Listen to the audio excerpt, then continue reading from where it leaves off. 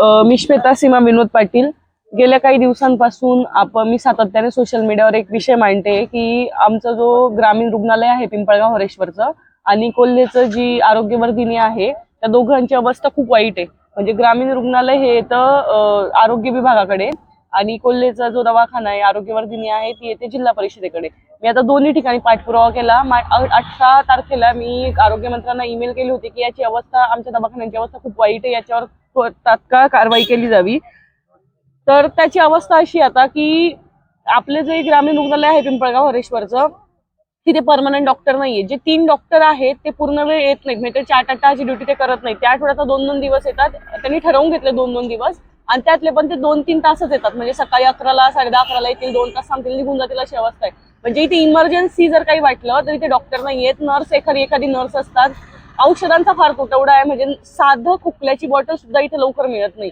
दुसरं असं की जर विषबाधा झाली किंवा म्हणजे सर्पदंश झाला तर त्याचं औषध इथे उपलब्ध नाहीये. त्याचा अँटीडोस इथे उपलब्ध राहत नाही. बऱ्याच वेळा कुत्र चावलंय तर त्याचं इंजेक्शन इथे उपलब्ध राहत नाही. अशा बऱ्याचशा गोष्टी आहेत. आता कालची गोष्ट आहे की सलाईनचं औषध त्यांचं संपलेलं आहे तर आठवडाभर आम्ही सलाईन लावू शकत नाही असं त्यांनी सांगून दिलेलं आहे. बाहेर सलाईन लावायला गेलं तर 2600-2700 रुपये खर्च आहे 3 दिवसाच्या सलाईनचा. तर इतकी वाईट अवस्था असताना याच्यावर काहीही होत नाही. म्हणजे काही कारवाई कोणी लक्षच देत नाही. हा दवाखाना असाच पडलेला आहे. भरपूर जागा आहे पण तुम्ही आता मध्ये जाऊन जर बघितलं तर गवत वाढलेलं आहे. ज्या कॉटेज होत्या जिथे डॉक्टर नर्स जातील तिथे गवत वाढलेलं आहे, त्या पडलेल्या आहेत.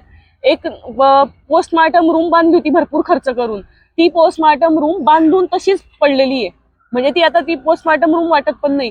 दुसरं असं की एक्सरे रूम होती आपल्याकडे, ते एक्सरे रूम कधीतरी तिला आग लागली, ती जळाली तर ती तशी ठेवलेली आहे. नंतर यांनी बिल थकवलेलं आहे. आपलं जे डिपार्टमेंट आहे आरोग्य विभागाचं त्यांनी बिल MSCBचं बिल थकवलेलं आहे. 2,49,000 काहीतरी ते बिल आहे. तर ते बिल थकवल्यामुळे मागे 15 दिवसापूर्वी MSCB वाले लाईट काटून घेऊन गेले होते आणि हा सगळा दवाखाना अंधारात होता. फक्त एका रूमची लाईट चालू होती रात्रीची. तरी आपण जेव्हा ही अवस्था पाहतो तर असं वाटत नाही की आपण 21व्या शतकात राहतोय. म्हणजे पिंपळगाव काही छोटं गाव आहे का? नाही, खूप मोठं गाव आहे. आणि हा फक्त पिंपळगावकरांच्या आरोग्याचा प्रश्न आहे का? तर नाही. छोट्या मोठ्या पिंपळगाव लागून जेवढे खेडे आहेत त्या खेड्यातले लोक इथे येतात आणि त्यांच्या आरोग्याचा हा प्रश्न. आणि बऱ्याचदा तर खूप वाईट घटना याच्या आधी घडलेल्या आहेत की तिकडनं म्हणजे शिंदाड भोजे साईडला ऍक्सिडेंट झाला, मग तिकडे यायला लागले आणि इथे आले तर इथे ॲम्ब्युलन्सच नाही ऑक्सिजनची. नंतर साप चावला तर इथे आले आणि इथे त्यांना अँटीडोस भेटला नाही म्हणून परत पाचोरा जायला लागले आणि जीव गेला. अशी उदाहरणं आहेत आणि तरी याच्याकडे लक्ष दिलं गेलं नाही.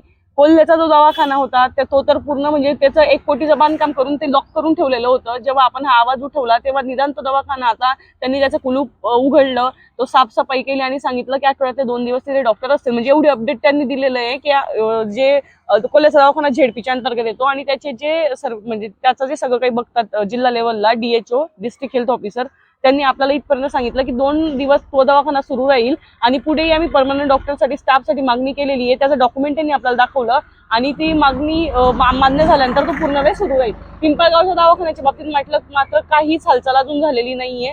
CS सर जे आहेत आपले सिव्हिल सर्जन ज्यांच्या अंतर्गत हा दवाखाना येतो ते अजूनपर्यंत काही पिंपळगावला आलेले नाहीये. त्यांनी काही भेट दिलेली नाहीये. त्यांची नवीन बदली झालेली आहे. तर माझं एवढंच म्हणणं आहे की मी तुम्हाला काहीच सांगायची गरज नाहीये. हा माझा एकटीचा विषय नाहीये, हा इथल्या सगळ्या गावकऱ्यांचा विषय.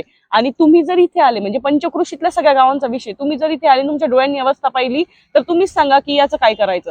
आणि आतापर्यंत याच्यावर काहीच कारवाई झालेली नाहीये आणि मी त्यांना इंटिमेशन दिलं होतं की 26 जानेवारीपर्यंत जर काही झालं नाही तर मी उपोषणाला बसेल. आणि आज सकाळी 9:30 वाजेपासून मी उपोषणाला बसलीये. अजून तरी काही अपडेट नाहीये. मला किशोर आप्पांचा मला 3-4 दिवसापूर्वी फोन आला होता आणि ते असं म्हटले होते की डॉक्टरांशी, किशोर आप्पा जे आपले आमदार आहेत ते, की डॉक्टरांची आपण एक मीटिंग लावू ग्रामीणची आणि शहरीची आणि तेव्हा हा सगळा प्रश्न आपण मांडू. कारण की सगळ्याच दवाखान्यांची अशी अवस्था आहे आणि त्यात तुम्हाला इन्व्हाइट करतो, त्यात तुम्ही तुमचे मुद्दे पण मांडा. पण ती मीटिंग लागलेली नाही. आता 5 मिनिटापूर्वी मी किशोर आप्पांशी बोलले. आताही किशोर आप्पा हेच म्हटले की आपण एक मीटिंग लावू डॉक्टरांची आणि ती मीटिंग लागेलच. पण मी तोपर्यंत CS सरांशी बोलतो, सिव्हिल सर्जन जे आहेत ते, की ह्या दवाखान्यासंदर्भात काय करता येईल.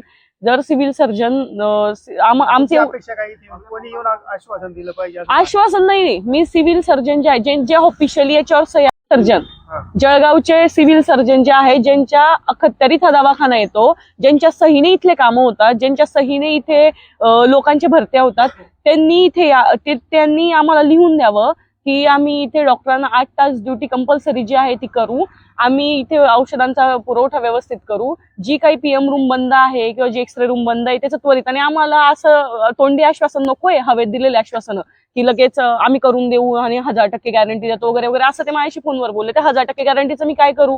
तुम्ही त्याशिवाय तुमचं उपोषण सुटणार. नाही, उपोषण सुटणार नाही. आणि ती लेखी त्यांनी दिलं आणि म्हणजे टेक्निकली मला जर त्यांनी व्यवस्थित दिलं की हे आम्ही असं एवढ्या दिवसांमध्ये करू तरच मी उपोषण सोडेल, नाही